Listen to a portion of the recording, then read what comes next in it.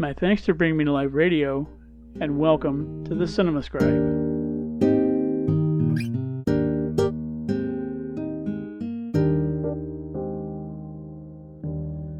Life and death matters generally give us pause to reflect upon our outlook on life, especially from a moral standpoint.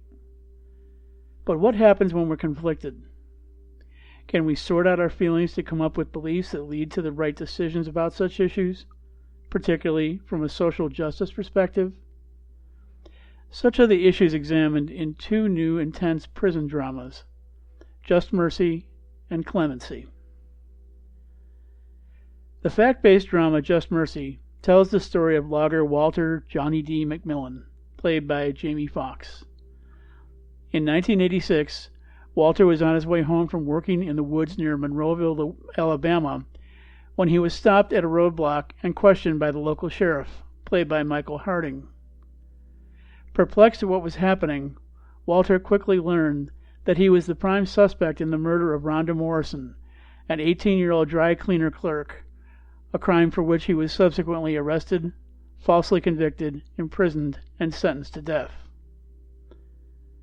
The fact that the murder victim was a white woman and that Walter was a black man was passed off as incidental. But with this being small-town Alabama, old prejudices lingered even decades after the days of the civil rights movement, and despite the fact that Walter had no history of violence. In fact, the only notoriety he had earned was for a widely known extramarital affair that he had with a white woman, something that, in the minds of authorities, somehow automatically made him a suspect in an otherwise unrelated murder. And because of this, an innocent man now faced the prospect of execution for a crime he didn't commit. However, an advocate for Walter's justice would soon be on his way. In 1989, idealistic young African-American lawyer Bryan Stevenson, played by Michael B. Jordan, moved to Alabama to work with poor individuals who could not afford legal representation. Having grown up in Delaware with northern sensibilities, this relocation to the South was something of an eye-opener for the Harvard Law School graduate. However, despite the differences in attitude, Stevenson was by no means naive, a trait that enabled him to navigate the local conditions and prompted him to work even more aggressively on his client's behalf. That was particularly true when he began assisting prisoners on death row. With the aid of inmate rights advocate Ava Ansley, played by Brie Larson, Bryan launched the Equal Justice Initiative to help the underprivileged. But when he initially met with Walter, he found his prospective client to be quite discouraged, essentially reconciled to his fate. In fact, Bryan had to work hard to convince Walter that it was worth making the effort to take another look at his case. It proved to be a worthwhile decision. Bryan quickly learned that local officials were so anxious to allay public fears about Morrison's death that they were willing to do virtually anything to obtain a conviction to be able to say that the murder had been solved, whether or not that was indeed true. In line with that, Bryan discovered that Walter had been found guilty on the basis of flimsy evidence, mostly the questionable and contradictory testimony of convicted felon Ralph Myers, played by Tim Blake Nelson, who apparently agreed to provide authorities what they wanted in exchange for a lighter sentence in his own pending trial. What's more, numerous witnesses who placed Walter at a church fish fry at the time of the murder were never questioned about their knowledge of his whereabouts. So, given the foregoing, Bryan sought to get Walter a new trial, one through which he was convinced his client would be exonerated.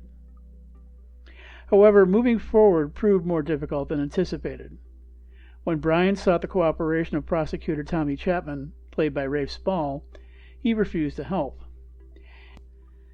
And when McMillan family friend Darnell Houston, played by Darrell Brick Gibson, agreed to testify in Walter's defense, he was arrested for perjury, a deliberate act of harassment by authorities aimed at silencing a potentially key witness. These developments called for Bryan to become more aggressive and more creative in coming up with tactics to counter opponents who were committed to thwart the attorney's efforts at every turn. But with an innocent man's life on the line, drastic measures are sometimes necessary, as Bryan and Walter found out as their story played out. In the fictionalized film Clemency, Bernadine Williams, played by Alfre Woodard, has spent many years as the warden of a maximum security prison, and from the way she'd probably describe herself, she's done a damn good job at it, too. Her no-nonsense, by-the-book demeanor governs all of her actions, and she diligently maintains her steely, unflinching facade at all times. That's true even in moments of high tension, such as the many executions of death row inmates that she has overseen. Always a professional, she never lets emotions get in the way of doing her job. But all these years of doing this work have slowly taken their toll. As buttoned down and in charge as Bernadine appears outwardly, she's beginning to show signs of wear internally. She drinks too much. She has trouble sleeping. She's quick to dig in her heels when challenged, especially by attorneys seeking to advocate on their client's behalf, and even by the families of inmates politely petitioning for special requests. But most of all, she has difficulty getting close to people, including her loving husband Jonathan, played by Wendell Pierce, who is beginning to have serious doubts about the future viability of their marriage. In fact, the only people with whom she seems to have any kind of meaningful relationships are her co-workers, particularly Deputy Warden Thomas Morgan, played by Richard Gunn, and, somewhat ironically, Chaplain David Kendricks, played by Michael O'Neill. It's as if she's an island unto herself, and the tide is ever rising. The heat gets turned up further when two volatile incidents occur. The first is an execution gone terribly wrong when the staff responsible for carrying out the procedure is unable to find a suitable blood vessel to insert the IV line used for administering the lethal medications into the convict, played by Alex Castillo. As he writhes in pain, he begins to experience what might readily be called cruel and unusual punishment, a terrifying sight that clearly flusters the usually unshakable Bernadine as she seeks to follow through on her duty and maintain as much order as possible. In the wake of that troubling event, Bernadine is quietly shaken, especially when she begins getting pressured for answers from the press and death penalty opponents. For perhaps the first time ever, she's less certain about herself, her responsibilities, and her willingness to proceed in her capacity as warden. That doubt is further fueled by the scheduling of another upcoming execution, one that involves inmate Anthony Woods, played by Aldous Hodge, who may very well be innocent of the capital crime of which he was convicted. She tries to downplay her feelings, carrying forward in a business-as-usual manner, despite her growing and increasingly visible apprehensions. Those feelings become more noticeable to others, too, such as Woods' attorney, Marty Lametta, played by Richard Schiff, who is increasingly convinced she can't hide from her feelings, or herself. How will Bernadine resolve these issues? Can she remain committed to her job and to the practice of capital punishment? Those are questions that she must address, not only from a vocational standpoint, but also when it comes to how she sees herself and what her work may be doing to her soul. In many ways, one could say she's just as much a prisoner of her circumstances as are the convicts who reside within her prison's walls. Circumstances like those featured in these two films force us to come face to face with ourselves and our views on this subject. Because of the high-stakes nature involved, we'd be wholly irresponsible to address them flippantly, dismissively, or without thoughtful consideration. For example, are they something we're willing to condone? If not, why not? And if that's the case, can we find a way to change our support of or involvement in these circumstances? Those are difficult questions, and the answers may not be readily forthcoming, unless we're willing to take a concerted look at our beliefs and what we're willing to do about them. The consequences involved here are incalculably high. If we were to turn a blind eye to these issues, we might face the possibility of supporting the killing of someone who's not ready to die, or putting an innocent man to death in error, as these films so clearly depict. Can we live with that? We can only hope that we make the right choices, given the potential karmic consequences that await us and our mortal soul. Despite some occasional pacing issues and a storytelling approach that's fairly conventional for films of this type, Just Mercy nevertheless reaches out and grabs viewers with an intensity that earns the genuinely heartfelt emotions it evokes from audiences. With fine performances by Jordan and Screen Actors Guild Award nominee Fox, the picture touches in ways that movies of this stripe typically don't, despite similarity in subject matter and narrative. In fact, the film is so effective in conveying its social justice message that it received the Freedom of Expression Award from the National Board of Review.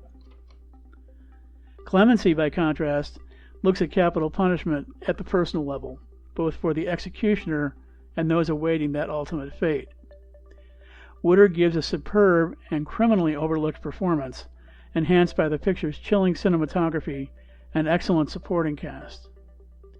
Admittedly, the film could have used more development of the protagonist's motivations and backstory, as well as a slightly brisker pace overall. However, these shortcomings aside, this one is likely to haunt viewers after leaving the theater, giving us all much to think about when it comes to matters of justice, life, and death. For its efforts, Clemency has picked up 3 Independent Spirit Award nominations for Best Feature and Screenplay, as well as Woodard's lead performance. One would think in this day and age that we shouldn't need films with stories like this anymore, that we've moved beyond having to be reminded of messages like this. Various other pictures, such as Crown Heights, Brian Banks, and Monsters and Men, among others, have poignantly dealt with issues of miscarriages of justice and/or questionable death sentences involving minorities. So another story in the same vein might easily be seen as redundant. Yet, given the prevailing conditions in our increasingly polarized society, it's obvious the need is still there. And, thankfully, we have pictures like Just Mercy and Clemency to step up and help fill that void. Let's hope that need disappears one day, and preferably sooner rather than later. I'm Brent Marchant, the Cinema Scribe. Thanks for listening. A lifelong movie fan and longtime student of metaphysics, Cinema Scribe Brent Marchant is the award-winning author of Get the Picture, Conscious Creation Goes to the Movies, Consciously Created Cinema, The Movie Lover's Guide to the Law of Attraction, and Third Reel Conscious Creation Goes Back to the Movies, all of which provide reader-friendly looks at how the practice of conscious creation, also known as the Law of Attraction, is illustrated through film. Brett maintains an ongoing blog about metaphysical cinema and other self-empowerment topics through his website www.brentmarchant.com. He's also the movie correspondent for the Good Radio Network and New Consciousness Review magazine and radio, with additional writing contributions to Smart Women's Empowerment, The Happy Guide, Library Journal, BeliefNet, Vivid Life, New Age News, and Master Heart Magazine. Brett holds a BA in Magazine Journalism and History from Syracuse University. Again, check him out at www.brentmarchant.com.